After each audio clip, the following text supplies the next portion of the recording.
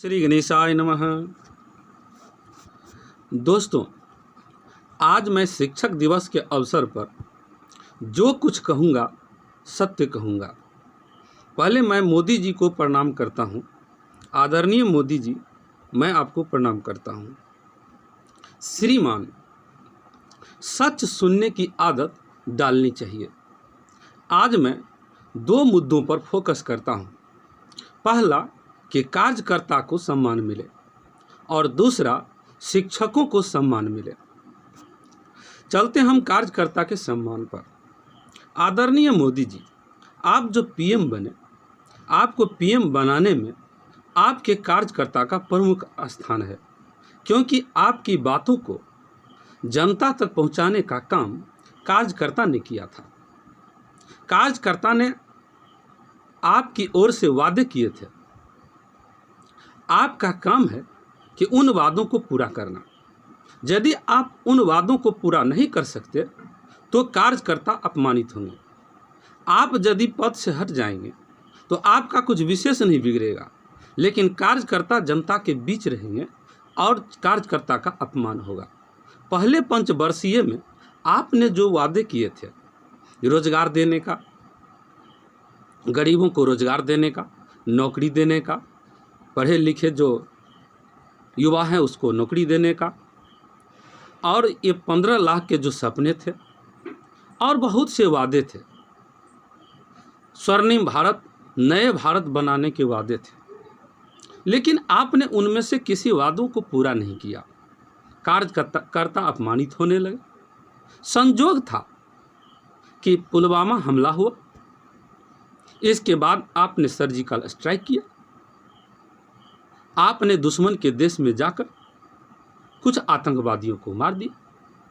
परंतु आदरणीय मोदी जी, अभी भी बहुत से आतंकवादी बने हुए हैं। वे आतंकवादी क्यों बने हुए हैं? आज अफगानिस्तान में तालिबान अपना राज जमा रहे हैं। आप यह सोचते हैं कि आप जो इस पर चुप्पी लादे हुए हैं, आप अपने स्टैंड को साफ नहीं कर रहे हैं कि तालिबान जो वहाँ सत्ता में आ जाएंगे तो फिर क्या होगा? फिर भारत में भी तालिबान के समर्थक अभी बढ़ने लगे हैं। फिर क्या होगा? औरतों पर अत्याचार बढ़ेगा। क्या उसका देखा देखी भारत में नहीं होगा? होगा। तालिबान के समर्थक बढ़ने लगे हैं। मोदी जी, आतंकवादियों के समर्थक न बढ़े, इसके लिए आपको सोचना चाहिए। कार्यकर्ताओं का जो अपमान होगा उसके बारे में सोचना चाहिए। आपको कार्यकर्ताओं का सम्मान का ध्यान रखना चाहिए। कार्यकर्ताओं ने जो वादे किए हैं उनको पूरा करने की कोशिश करनी चाहिए। आज महंगाई बढ़ रही है, आज रोजगार की स्थिति बहुत ही खराब हो गई है। आज देख लीजिए गरीबों के पास में कितनी दिक्कत हो गई है। इतना ही नहीं, मोदी जी, मैं आपसे कहूँगा कि महंगाई का जो सवाल है, रोजगार का जो सवाल है, उसको आप पहले लीजिए। यदि आपसे नहीं हो पाता है तो हम शिक्षकों से मदद लीजिए। हम खासकर बहुत क्षेत्रों में आपको मदद करेंगे, आपकी सारी समस्याओं को समाप्त करने की कोशिश करेंगे, आपको उसका उपाय बताने की कोशिश करेंगे। लेकिन आप हेल्प लेते नहीं, आप विश्वास नहीं करते। एक साधारण शिक्षक आपको हेल्प कर सकते हैं। आप जानते हैं कि साधारण देशवासियों से, आम जनता से इस देश का निर्माण हुआ है।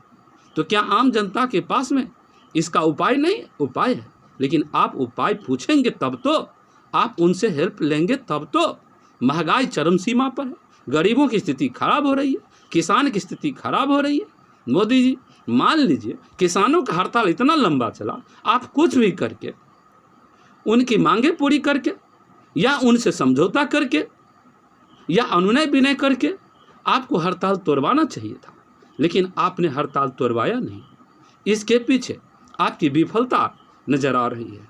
मोदी जी, यह हिंदू और मुस्लिम का अब जो है यह कुछ खेल इस देश में नहीं चलेगा, क्योंकि इस देश के लोग पढ़े लिखे अब बहुत से हो गए।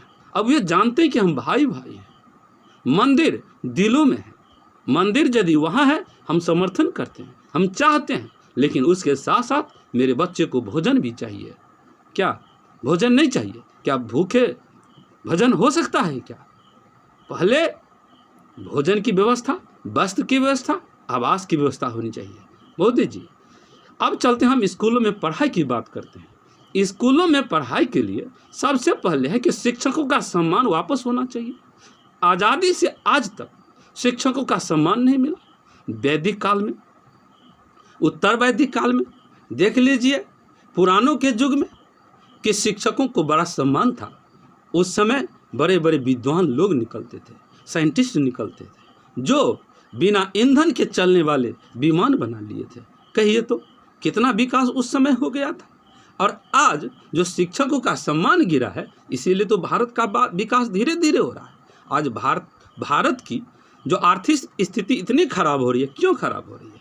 क्योंकि शिक्षकों का सम्मान गिर पड़ा है।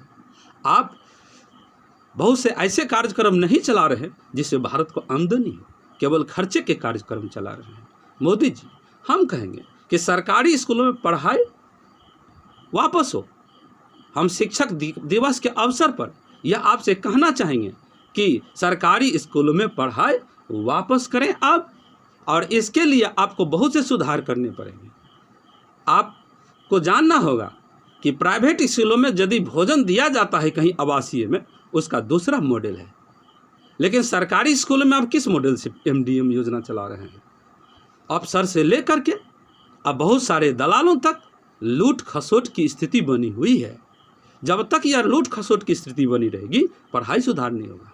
मोदी जी, प्राइवेट स्कूलों में देख लीजिए क्या होता है, वहाँ अनुशासन बना हुआ है, सजा की बात बनी हुई है, लेकिन आप लोगों ने टीचर्स का हाथ बांध रखा है। अनुशासन नहीं करने देते और न सजा करने देते और न सही से पढ़ाने देते।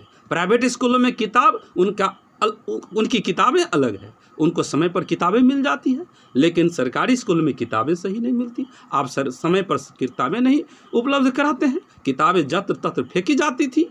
कैसे होगी पढ़ाई, आप ही बताइए। समय का कोनो ठिकाना नहीं है। सरकारी जो अफसर लोग हैं वे शिक्षकों पर जुल्म करते हैं, उत्पात मचाते हैं, शिक्षकों को भय में लाकर रखते हैं, उनको सताते हैं।